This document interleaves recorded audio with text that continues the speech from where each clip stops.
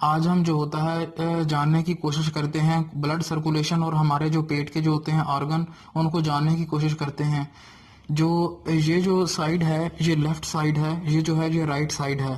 اب ہم اگر اس کے اوپر سے شروع کریں تو یہ اوپر والا جو حصہ ہے یہ ناک ہے, اور ناک سے جو ہوتا ہے وہ ہوا جیسے کہ ہوا اندر جاتی ہے لیرنگ سے ہوتی ہوئی یہ ہوا جو ہوتی ہے یہ ٹریکیا کے اندر آ جاتی ہے. یہ جو وائٹ نظر آ رہی ہے یہ ہوا کی جو ہوتی ہے یہ ٹیوب نالی ہے, جسے یہ وائٹ کلر کے اندر جسے ٹریکیا کہتے ہیں.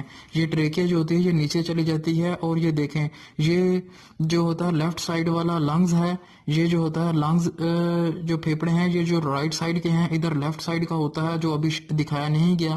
یہ جو وائٹ کلر کی جو ہے یہ ٹریکیا یہ آگے جا کے لنگز میں ہوا دے دیتی ہے, جہاں سے یہ ہوتی ہے آکسیجن دے دیتی ہے, اور جو کاربن ڈائی آکسائڈ گیس ہوتی ہے وہ واپس چلی جاتی ہے, جسے ہم سانس لے کے باہر نکال دیتے ہیں. اس کے بعد اگر ہم دیکھیں تو یہ اوپر جو ہوتا ہے یہ جو اوپر ہے یہ جیسے کہ ناک سے نیچے جو ہوتا ہے منہ ہوتا ہے, اور منہ سے جب ہم کوئی کھانا کھاتے ہیں تو کھانا نیچے فیرنکس میں آتا ہے, فیرنکس سے نیچے جو ہوتا ہے کھانے والی نلی جسے ایزوفیگس کہتے ہیں اس میں چلا جاتا ہے, اور ایزوفیگس سے نیچے سٹومک میں آ جاتا ہے. سٹومک بھی یہاں پہ نہیں دکھایا گیا.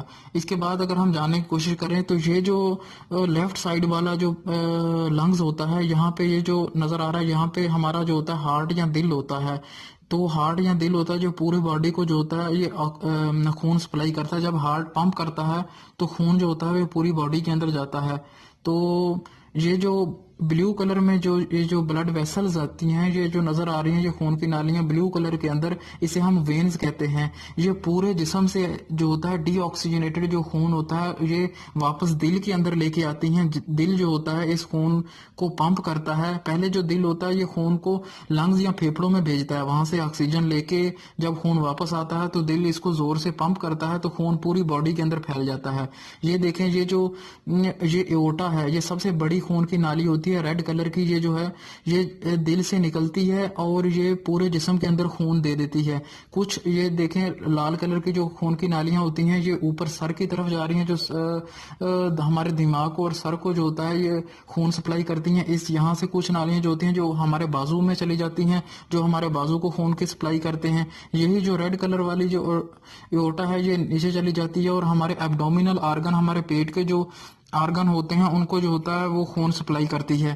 یہ یہاں پہ سٹومک بھی نہیں دکھایا گیا, لیکن یہاں پہ یہ دیکھیں یہ پینکریاز ہے, اور یہ جو ہے یہ سپلین ہے, اور یہ دو نظر جو آ رہی ہیں یہ کڈنی یا گردے نظر آ رہے ہیں. ان کو جو ہوتا ہے یہ بلڈ سپلائی ہوتا ہے, ان کو یہاں سے جو ہوتی ہیں آرٹریز نکلتی ہیں جو ان کو بلڈ سپلائی کرتی ہیں. اس کے بعد جو ہوتا ہے آرٹریز یہاں پہ دو حصوں میں ڈیوائیڈ ہو جاتی ہیں اور نیچے ٹانگوں میں چلی جاتی ہیں اور وہاں پہ خون کو سپلائی کرتی ہیں. اس طریقے سے اگر ہم ریورس کی طرف دیکھیں تو یہ جو بلیو کلر کی آ رہی ہیں یہ ٹانگوں سے خون کی نالیاں آ رہی ہیں جو خون لے کر واپس آ رہی ہیں. جو ڈی آکسیجنیٹڈ خون ہوتا ہے جو صاف خون نہیں ہوتا وہ واپس لے کے آ رہی ہیں. یہ ساری اکٹھی ہو رہی ہیں, یہ ٹانگوں سے آ رہی ہیں, یہ ایبڈومینل آرگن سے جو ہوتی ہیں ان سے پیٹ کے جو آرگن ہوتے ہیں ان سے نکلتی ہیں, اور یہ جو بلیو کلر کی جو نظر آ رہی ہیں ساری اکٹھی ہو کے یہ جو بڑی ہوتی ہے وینا کیوا یہ اس کے اندر آ جاتی ہیں, اور یہ وینا کیوا آ کے دوبارہ جو ہوتا ہے رائٹ ایٹریا جو ہوتا ہے ہارٹ کے اندر رائٹ ایٹریا میں آ کے آ جاتی ہیں. رائٹ ایٹریا سے جو ہوتا ہے خون وہ رائٹ وینٹریکل میں چلا جاتا ہے. رائٹ وینٹریکل سے خون جو ہوتا ہے وہ پھیپڑوں میں بھیج دیا جاتا ہے, وہاں سے آکسیجن لے کے واپس جو ہوتا ہے لیفٹ ایٹریا میں آ جاتا ہے. لیفٹ ایٹریا سے جو خون ہوتا ہے وہ لیفٹ وینٹریکل سے میں چلا جاتا ہے. لیفٹ وینٹریکل سے دوبارہ یہ جو ایورٹا ہے اس کے اندر خون آ جاتا ہے اور پوری باڈی کے اندر سپلائی ہو جاتا ہے.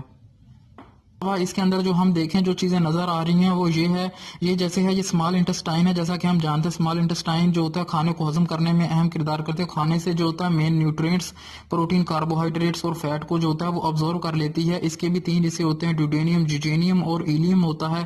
اس کے بعد یہ جو دیکھیں یہ اس کے بعد یہ سگموئڈ کولون ہوتا ہے. جو لارج انٹسٹائن جو بڑی آنت ہے اس کا جو آخر والا پورشن ہوتا ہے جسے سگموئڈ کولون کہتے ہیں وہ والا حصہ دکھایا گیا ہے. اس کے بعد